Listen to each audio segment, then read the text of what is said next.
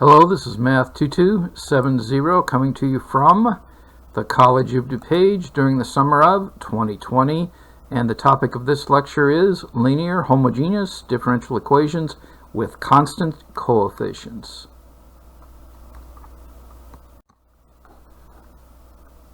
We're going to begin by considering the special case of second order equations looking like this, where a, b, and c are constants.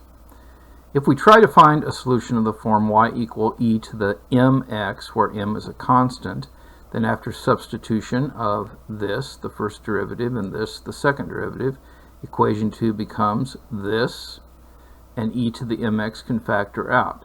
Now, we can argue that e to the mx is not ever equal to 0, and that means that this polynomial, this quadratic equation, must be equal to 0. This is called the auxiliary equation, or sometimes it is called a characteristic equation of the differential equation 2. Since the two roots of this quadratic equation are, from the quadratic formula, minus b plus or minus square root of b squared minus 4ac, all divided by 2a, and well, plus or minus that, there will be three forms of the general solution corresponding to one of three cases. The roots can be real and distinct, where b squared minus 4ac, the discriminant, is greater than 0, where m1 and m2 are real and equal, b squared minus 4ac is equal to 0, and the case where m1 and m2 are complex conjugate numbers, complex conjugates of one another. And that's when b squared minus 4ac is less than 0. We'll discuss each of these cases in turn. First up, real and distinct roots. So here's a problem for you to solve. You're to solve this initial value problem. You know what to do. Let's see how you did. So the characteristic equation is this. It factors this way.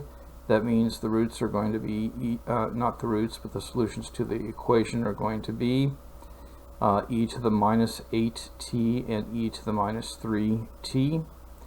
We're going to take the function and its derivatives and substitute them into the initial conditions, getting two equations and two unknowns, and we'll solve, and we'll get c1 is equal to 7 over 5, and c2 is minus 7 over 5, and so this is the solution to the differential equation. Here's example 2, another initial value problem. You know what to do. Let's see how you did. The characteristic equation is this. It factors this way. The roots are minus 5 and 2, and so the general solution and its derivatives are shown here. Then we use the initial conditions to get two equations and two unknowns, and we solve here for c1 and c2, and so the answer to this problem is this unique solution.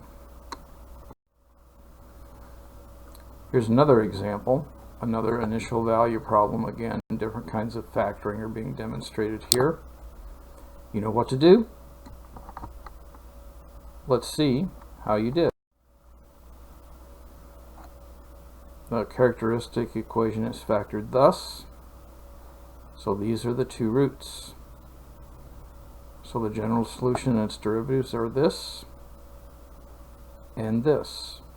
Now we plug in the initial conditions into here to get two equations and two unknowns. And you solve them and you get c1 is negative 9. And c2 is 3. That means the actual solution is as shown here. Here's example 4. Again, a different kind of factoring is featured. And this time your initial condition is at minus 2, not at 0. You know what to do. Let's see how you did. When you factor this, you get 0 is a root. Now e to the 0 is going to be 1, and so this is going to be what y of t is, and when I take the derivative I will get this. And so the roots were 0 and 5 over 4. Now we have to plug in the initial condition into here. And so when we plug that in, we get 2 equations in, 2 unknowns. Solving these, we get C1 and C2 are this. Now it is important that you realize that e to the 5 over 2 is just a number, and so when we plug that in, this is our final solution.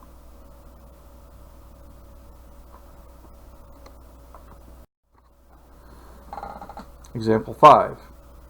No initial conditions this time, but you find the general solution. It will only have C1s and C2. You know what to do. Let's see how you did. This time it doesn't factor nicely, and so the roots are going to be 3 plus or minus the square root of 11. Now that's exactly what we want to have as these two roots. This is root 1, and this really should have said root 2. So what we do is the general solution is going to be C1 times the one I called e to the root 1t plus C2 times e to the, and this should have been called root 2. That was a typo. Now if we had initial conditions, we could have proceeded. It would have been messier, but it would have been just fine. Okay, so now we'll move on. I'll see you in 16.1, where we turn our attention to a different case, real and equal root situations.